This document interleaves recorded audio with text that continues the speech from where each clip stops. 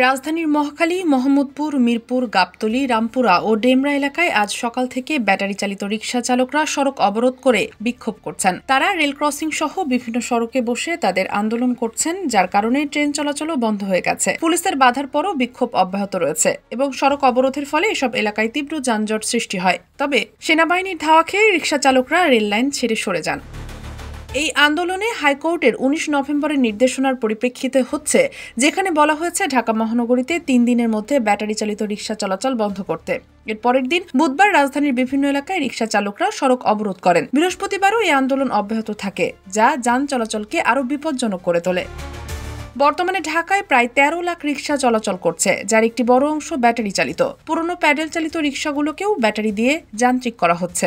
যদিও ঢাকার অলিগলিতে এই রিকশাগুলোর চলাচল বেশি সময় সুযোগ পেলে তারা মূল সড়কেও চলাচল করে। রাজধানীর খিলগাঁও, মান্ডা, বাসাবো, মিরপুর, যাত্রাবাড়ি, কদমতলী, ডেমরা, মোহাম্মদপুর, উত্তরা, পল্লবী সহ বিভিন্ন এলাকায় সব ব্যাটারি চালিত রিকশার সংখ্যা উল্লেখযোগ্যভাবে বেশি।